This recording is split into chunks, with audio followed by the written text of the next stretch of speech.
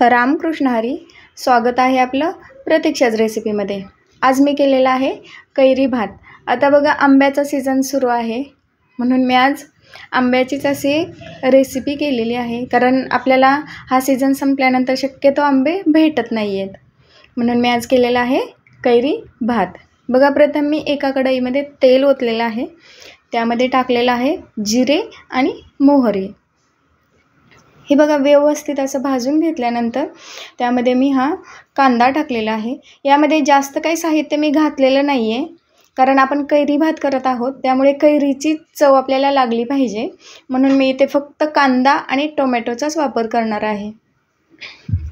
कांदा बघा असा व्यवस्थित मी भाजून घेतल्यानंतर ही मी लाल बेडगी मिरची वापरलेली आहे. ही जास्त तिखट नसते, म्हणून ही हिरवी मिरची वापरलेली आहे.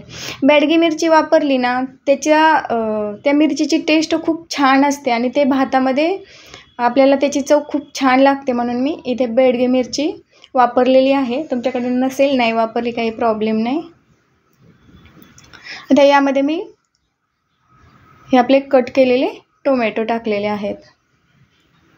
तुम्हाला बाकी अजून भाज्या काही ॲड करायच्या असतील तर तुम्ही करू शकता, परंतु आपल्याला कैरीची चव प्रॉपर लागली पाहिजे, म्हणून मी इतर कुठल्याही भाज्या घातलेल्या नाहीत. इथे मी हळद घातलेली आहे आणि ही आहे आपली मेथी पावडर. बघा, हे आपण व्यवस्थित असं भाजून घेतलेलं आहे. हे भाजल्यानंतर मी यामध्ये मी घरी बनवलेला हा बिर्याणी मसाला आहे, तो मी यामध्ये टाकलेला आहे.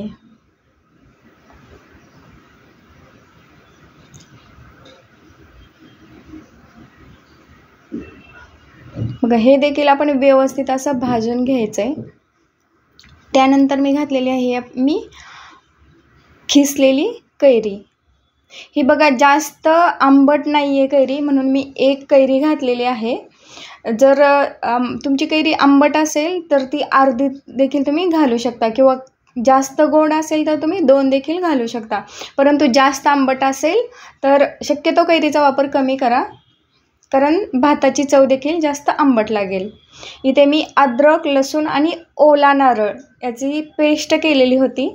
ही बघा, मी अगदी सर्व भाज्या आपली फोडणी जिरी मोहरीची सर्व भाजल्यानंतर हे टाकलेलं आहे, कारण त्याची आहे अशी चव आपल्याला लागली पाहिजे. आणि इथे मी तांदूळ घातलेले आहेत. ओला नारळ हा शक्यतो लास्टला घालायचा, कारण कैरी आणि ओला नारळ याचं कॉम्बिनेशन खूप छान लागतं, त्यामुळे जास्त तेलात ते भाजायचं नाही आहे. आता चवीनुसार हे मी मीठ टाकलेलं आहे. आता एक 5 मिनिटं मी हे झाकून ठेवलं होतं. 5 मिनिटानंतर हे मी काढून घेतलेलं आहे आणि त्यामध्ये जेवढं आपल्याला पाणी हवं आहे तेवढं मी यामध्ये पाणी टाकलेलं आहे. आता हे बघा, एक 20 ते 25 मिनटामध्ये व्यवस्थित असा भात आपला शिजला जातो. हे बघा, एक 12 ते 13 मिनटामध्ये मी असा उघडला तर बऱ्यापैकी शिजलेला होता. नंतर एक 5 मिनटं ठेवल्यानंतर बघा, हा व्यवस्थित असा आपला भात शिजलेला आहे. हा खूप छान लागतो आणि आंब्याचा सीझन आहे, तर आपण कशातही आंबा घालू शकतो, म्हणून मी हा तुम्हाला कैरी राईस करून दाखवलेला आहे. नक्की कमेंट करून सांगा. लाईक करा, शेअर करा, सबस्क्राईब करा.